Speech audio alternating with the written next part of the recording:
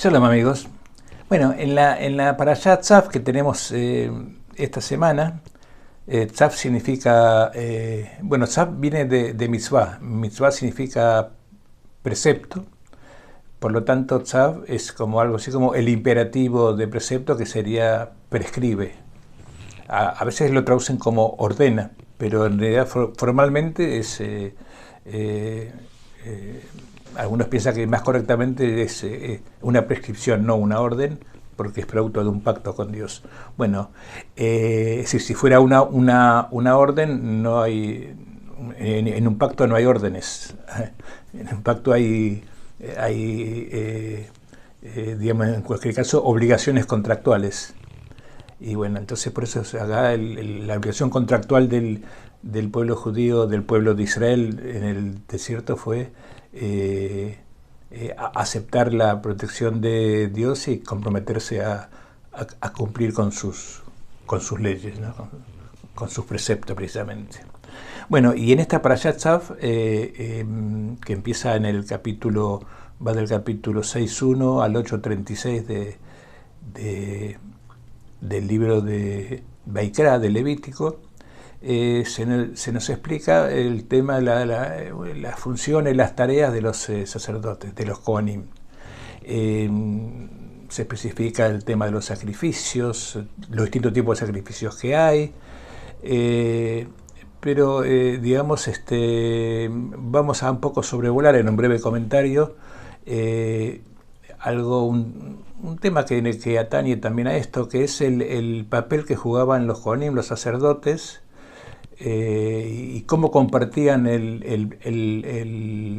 sus funciones con otra instancia, con otra institución que también había, institución digamos en términos amplios, que era la de los escribas. Es decir, tanto sacerdotes como escribas jugaban un papel fundamental en el judaísmo antiguo, especialmente en la época del Segundo Templo. O sea, después de la vuelta de Babilonia y bajo el dominio persa.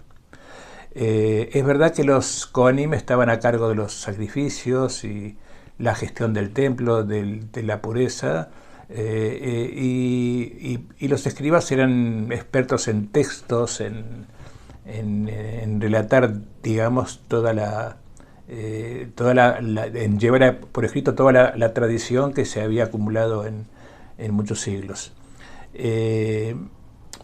Obviamente son funciones distintas, pero también podemos ver que tiene varias características que diferencian, ¿no? El entrenamiento de un escriba es muy diferente, por supuesto, a un sacerdote.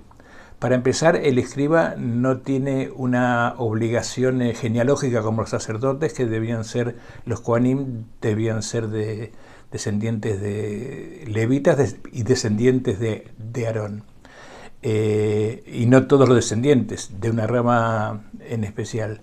Y los escribas eran gente que estudiaba para justamente, en una época en que no abundaba la alfabetización, eran los especialistas en el tema del idioma, tanto para leer como para escribir, ¿no? Y digamos que en este caso el entrenamiento era diferente. Sin embargo, podemos decir que así como los sacerdotes tenían una clara herencia dinástica, como decíamos antes, en el caso de los escribas, si bien no existía esto, porque en principio cualquiera podía ser escriba, pero sin embargo, efectos prácticos, los que podían ser escribas estaban vinculados a capas de la sociedad o a familias de la sociedad con cierto poder, con cierto poder adquisitivo en especial, lo que permitía que parte de su familia se pudiera no tener que trabajar duramente para el sustento, sino que podía dedicarse a capacitarse para escriba. En ese sentido comparte con los sacerdotes, con los Kohanim, un cierto prestigio social, ¿no?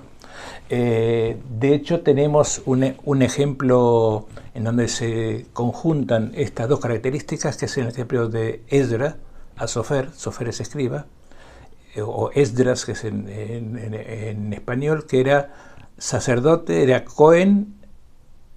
De hecho, en el 7.1 del libro de Esdra se cita su genealogía, finalizando en Aarón, o sea, se citan varios antecedentes de antepasados, digamos, nombres de antepasados, para terminar en Aarón, el sumo sacerdote, de forma tal de comprobar de que él tenía todo su derecho a ser el sacerdote. Y además era se lo llama así, Esdra a Sofer. Esdra el escriba, porque también redactó su propio libro, según la tradición. O sea que era experto tanto en lo que debía ser como sacerdote, como en la escritura, ¿no? De forma tal que podemos colegir de esto que podemos de alguna manera pensar que no fue el único, que existían escribas sacerdotales y que escribían, digamos, ¿no?, acerca de los textos religiosos, de las mitzvot, de los preceptos. O sea que es muy posible esto, con una diferencia muy importante respecto de los pueblos contemporáneos de aquella época. En general, los textos de todos los sacerdotes, tanto en la Mesopotamia como en Egipto, como en todos los cultos, eran textos reservados a un público sacerdotal, o sea, solamente era de uso interno, era una suerte de reglamento interno. Lo que aquí la novedad de la Torá es que precisamente este libro de Baikra o Levítico, que se llama Torat Kohanim, que es instrucción para los sacerdotes, se hace público. O sea, como dijimos ya en otra ocasión, se abre a todo el pueblo. Es como decíamos la vez pasada, una suerte de democratización, digamos, del conocimiento acerca de lo que deben hacer ciertos funcionarios públicos, en este caso los sacerdotes, para que el pueblo sepa qué es lo que hace, que no es no es nada oculto ni nada que no puedan saber, aunque a veces haya algunas dificultades. ¿Por qué motivo sucedió esto? ¿Por qué motivo este cambio? ¿Por qué el sacerdocio, las instrucciones para el sacerdocio, la escritura del libro de Baikra, de Levítico, se hizo una Torá para todo Israel? Seguramente influyó en esto la necesidad la necesidad, digamos, de no quedarse con ese conocimiento para ellos solos, sino la necesidad de hacer un relato público de sus responsabilidades.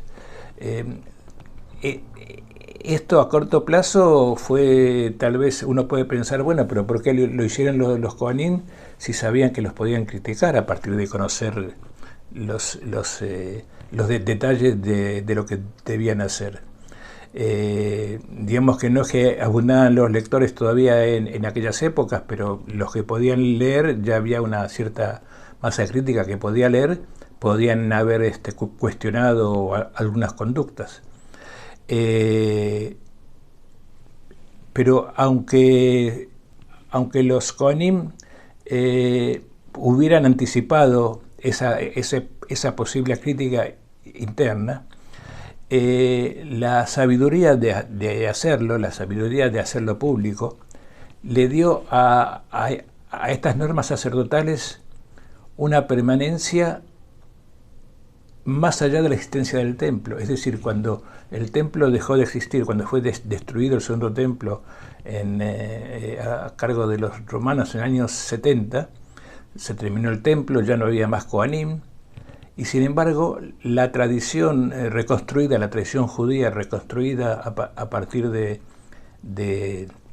los rabinos que tomaron la dirección del pueblo, mantuvo esa tradición. ¿Por qué?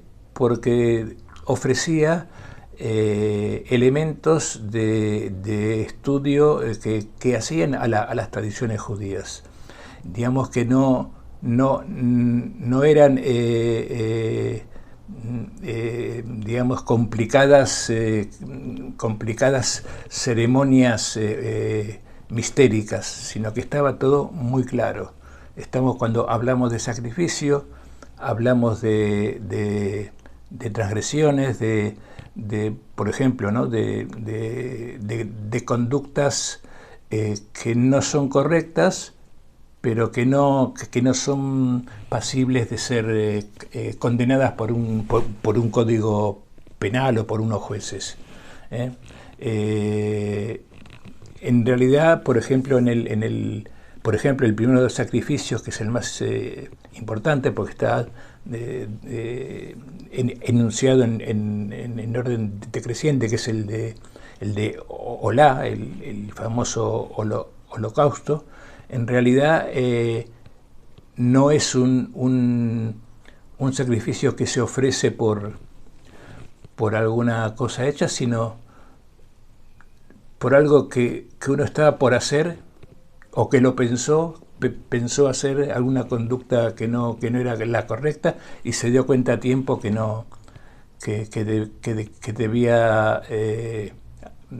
debía cambiar, que no debía hacerla. Entonces por eso se ofrece el holocausto, que es aquel sacrificio en que el animal se quemaba entero. Bueno, no es muy fácil esto asociarlo, lo reconozco, pero esa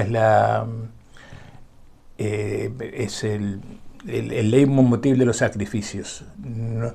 Porque los robos o los asesinatos o las cuestiones más graves estaban claramente castigadas o tratadas a través del juicio. Los sacrificios era esa ética intermedia que no llega a ser